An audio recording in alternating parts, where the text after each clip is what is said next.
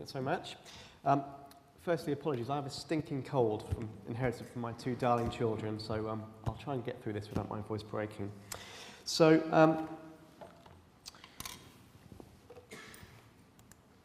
I'm going to walk you through the role of a smaller publisher and the sorts of things we get up to, because it's quite different from some of you guys, the Wileys and the Elsevieres. We do similar things, the output is the same, but actually the way that we do those can be very different.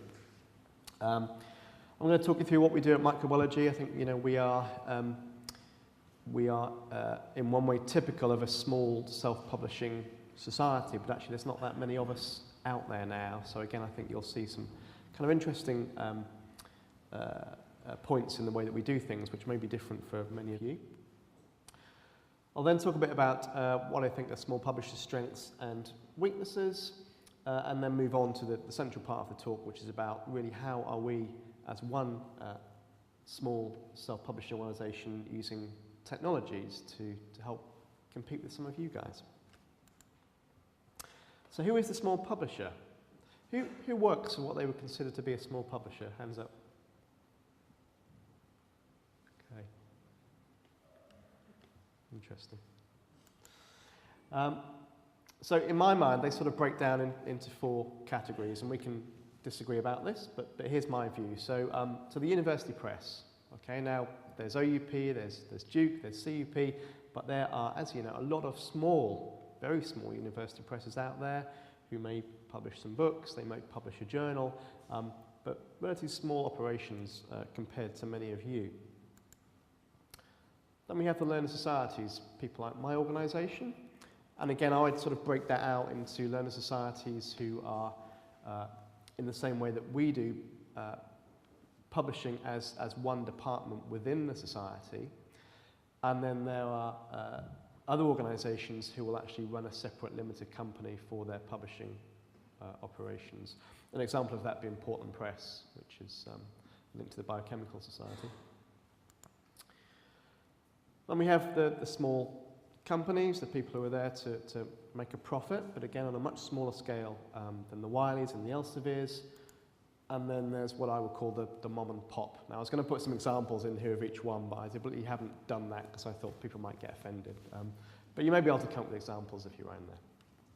So when I talk about the small publishers, that's really what's in my mind as we go through this. Let me tell you then about my society. So I've been here 3 years now. I was as you said before, completely at the end of the scale before at Elsevier, working in the health sciences group there. And I've now moved to this rather interesting organisation. So we are a membership organisation, we are a charity, we are about microbiology and microbiologists. Everything that we do is for that community and the people who work in and around that community. And our mission is there, so it's advancing the understanding and impact of microbiology by connecting and empowering communities worldwide. I don't know if many of you have been involved in setting visions and missions. It's a kind of painful process, isn't it? But once you get there, it's actually really, really powerful.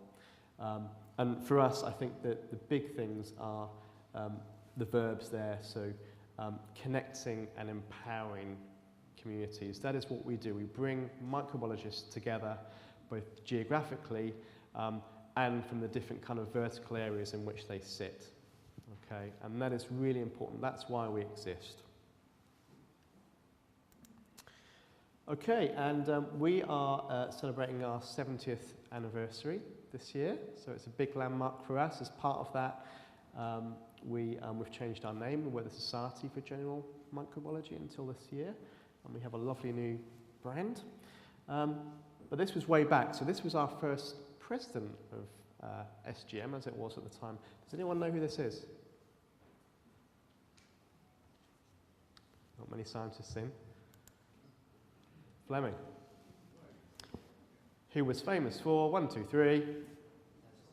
Penicillin, yes, fantastic. So he was our first president 70 years ago. Okay, so my part of the organisation is publishing. I run the publishing department, and we have our own strategic priority, as we call it, which is to contribute to the science of microbiology through high quality, sustainable, innovative publications that deliver value to the society, its members, and the global microbiology community. I just want to spend a couple of moments talking about some of those words. So high quality is a really important thing to us as a society. We are not a factory. We don't churn tens of thousands of articles through every year. We focus on getting high quality content in that we think is of value to our readers and our end users. Sustainable is a really important word for us. The vast majority of revenue that comes into the society comes from publishing.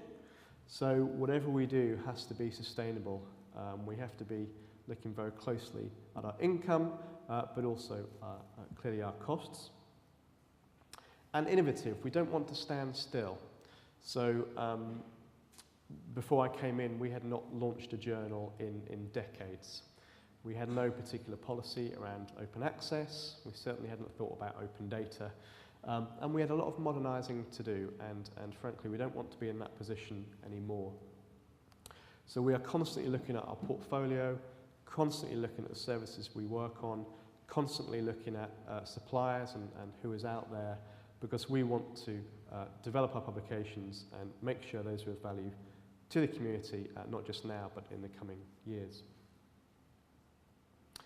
And the last one, I'll just pick out those global. So you know, we have our HQ here in London, but we service members all over the world. And again, in terms of our publications, the vast majority of our readers and our users are outside the UK. So this is our publishing programme. We have 6 journals at the moment. 4 of those journals are traditional subscription model, and 2 of them have been launched since I've been at the organisation as Gold Open Access journals, GMM Case Reports and Microbial Genomics at the bottom there. And this, in a sense, is really what we try and do through those journals. So again, the mission to publish high-quality science. We need to be thinking constantly about digital at our organisation. And for the subscription journals, we are still publishing print versions because those are still making money for us.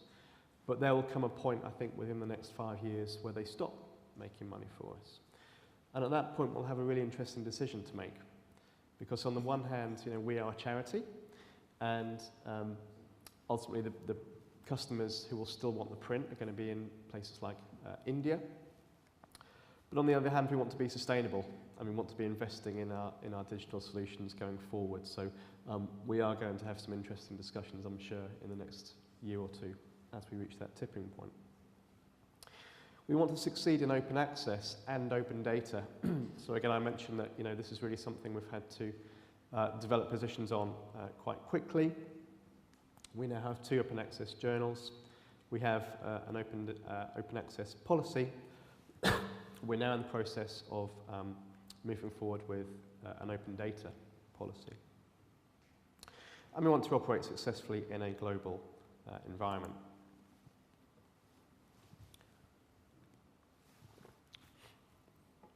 So just to touch on some of the things that we've accomplished in the last 3 years, we have launched these 2 new journals, as I mentioned. Our submissions and our usage for all the journals has really gone up significantly. And that's been, I think, one of the big highlights for me, the fact we've been able to grow both of those things. We have moved to a new submission and hosting platform, and I'll talk more about that in a moment. Again, we've moved forward with open access and open data. We've rebranded the journals, and we've appointed an advisory board to support the work of publishing committee. So this to me is kind of what it feels like, and this is working for a small organisation in a nutshell. Sometimes I think we're like the speedboat. We can be very nimble, we can move very quickly, and we can get to where we want arguably much much more quickly than the big cruise liner there. It was very interesting. When I came in, I had this perception that, oh, you know, these academics would take loads of time to make decisions, and wouldn't that slow down our innovation? And actually the reverse is true. You have less layers of management, you have less people to convince it's a good idea, and actually you can move much more quickly with innovation if you have the right people on board. So I think we are, as an organisation, we're very focused. We have fantastic in-house knowledge, many of our staff are microbiologists, but to the point before, we also have in-house expertise in things like user analytics, web design.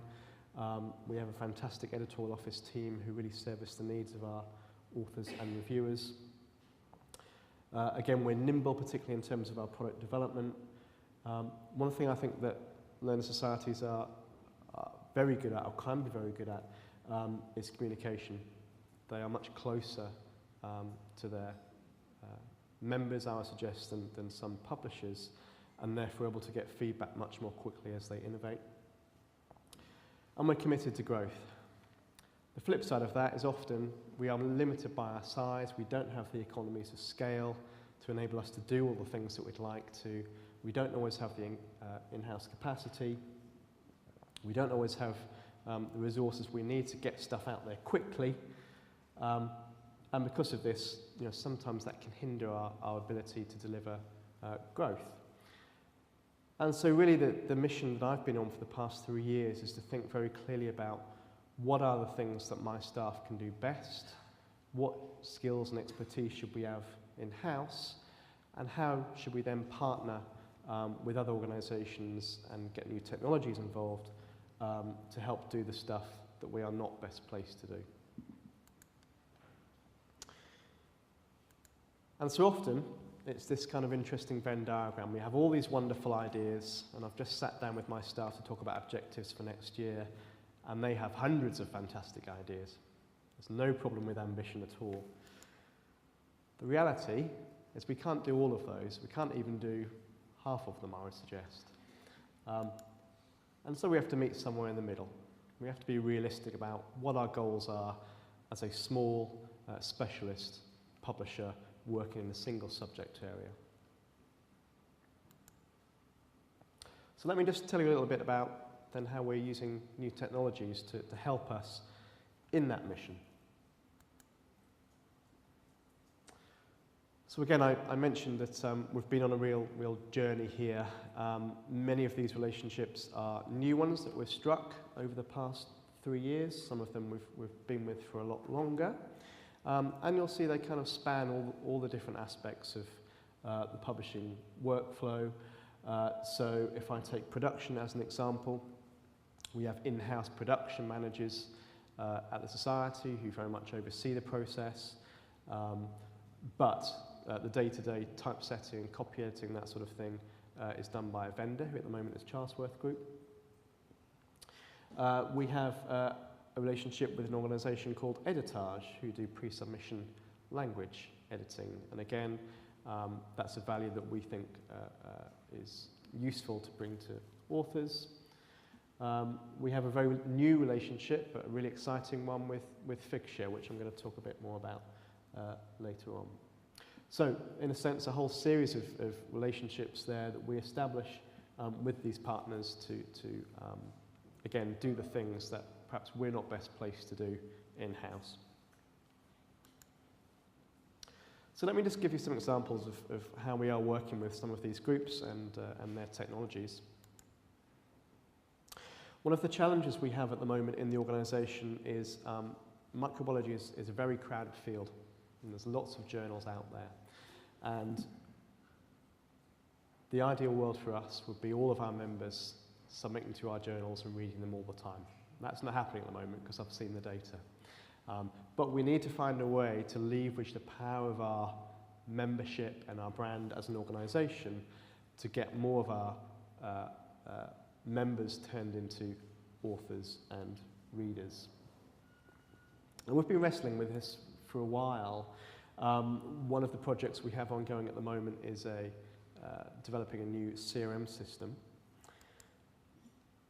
And we're starting to think now actually about individuals in a very different way. So before we would have siloed our information about Jane Smith in Aberdeen. So Jane Smith would have been an author in my department. She would have been a conference attendee in conferences. She would have been a lapsed member in membership.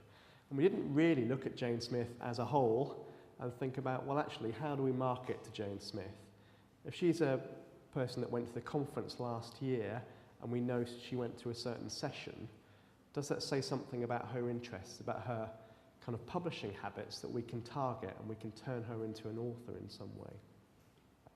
So we're starting to make these links. We want to break down those silos, and we really want to understand individual members and what we can do for them.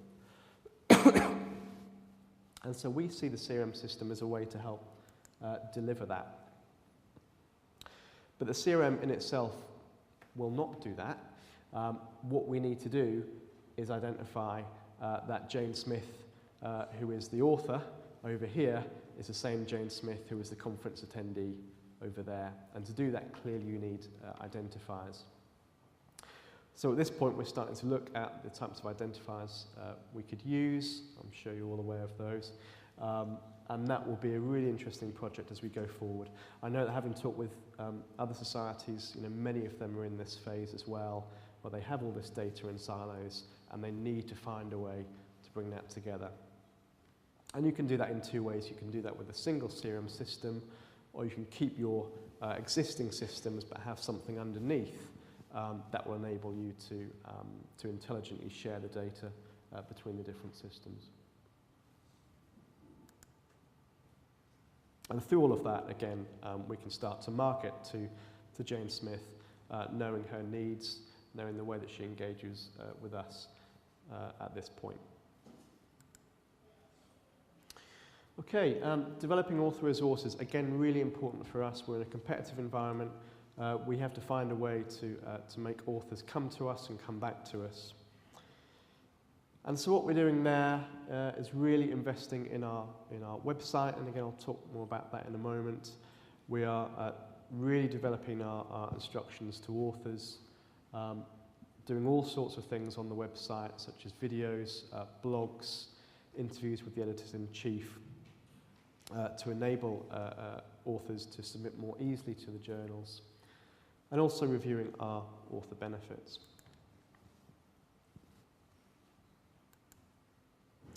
So open access is again something that we are very much supportive of at the Society. We want to support open access in a sustainable way.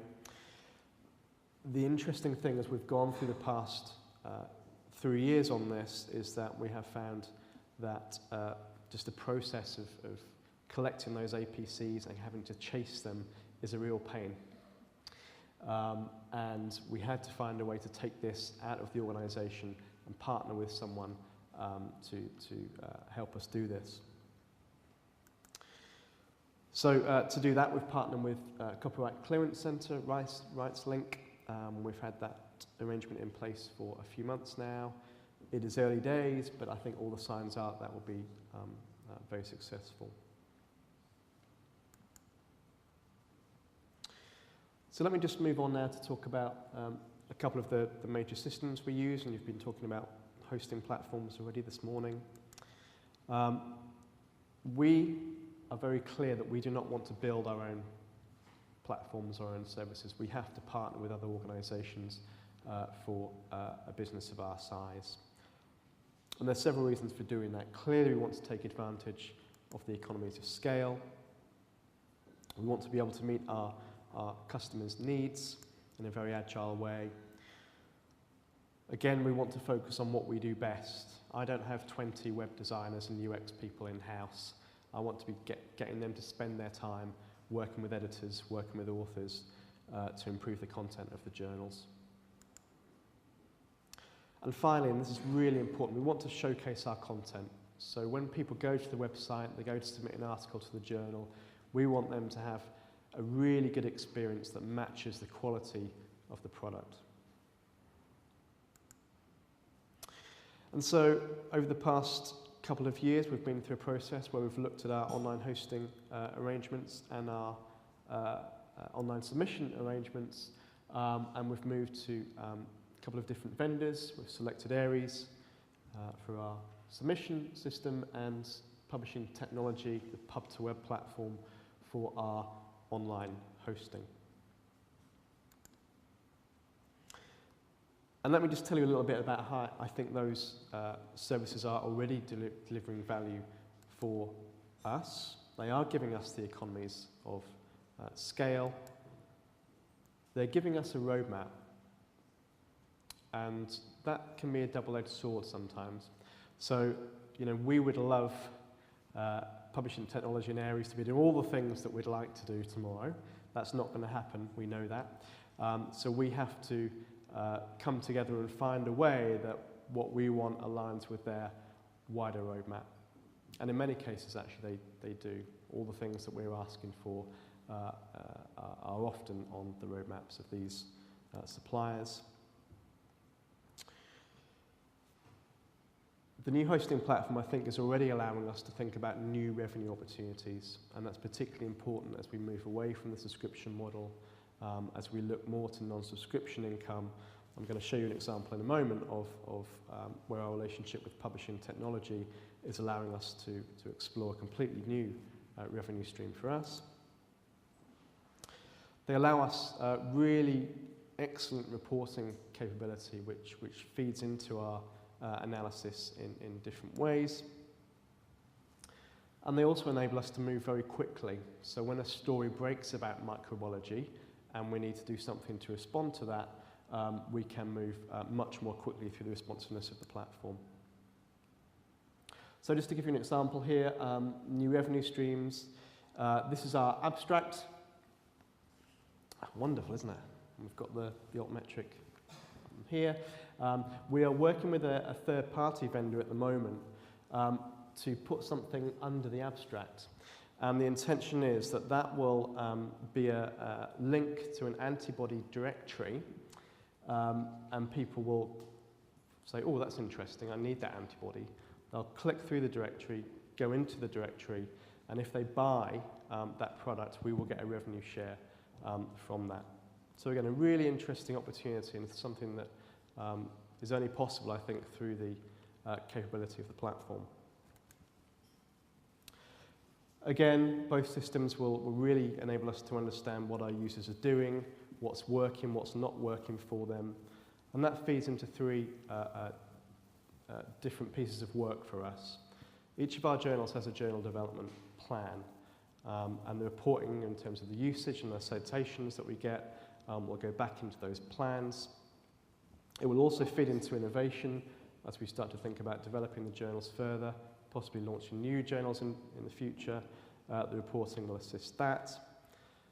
And really, we want the reporting to go right back into what the society is trying to do.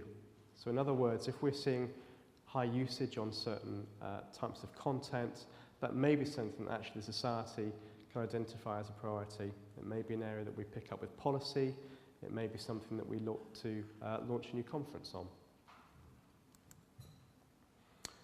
On the fly responsiveness, again, absolutely key. So you will all know about the Ebola outbreak recently. We had a series of news stories on the Society website.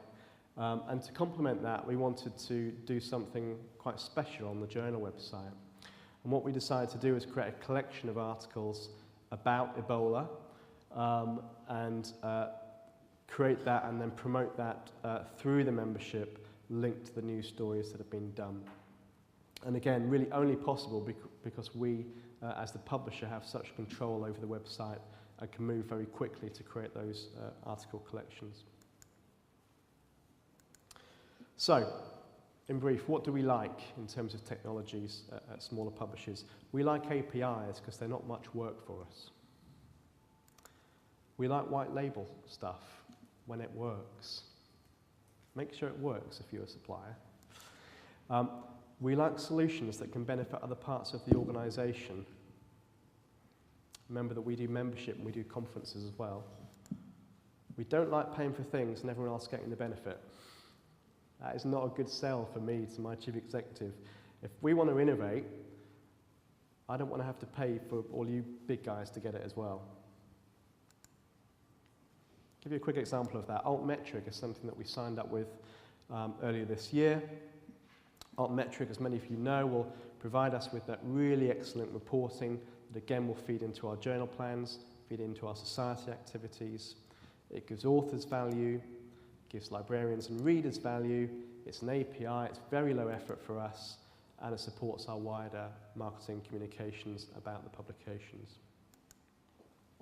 So, what is the future for small publishers? I think we have a future, and I think it's really bright if we focus on our customer. If we try and compete with the Wileys and the Elsevieres, we're not going to win. But we have to stay close to what we do well, which is engaging with our membership and the audience that we know so well. To do that, we have to differentiate ourselves, and different publishers will find different ways of doing that. For us, it's about really investing in our editorial office services and our production services and having that close relationship with our customer. And so you need to decide what you're going to do yourself and do it really well. Again, those are the parts of the business that we do in-house. We choose to keep other things in the hands of the suppliers, but closely monitor and manage those relationships. I've given you some examples where I think we use technologies to level the playing field, and those are already having a really important impact for us. And inevitably, to do that, we have to engage with providers, with suppliers. Thank you.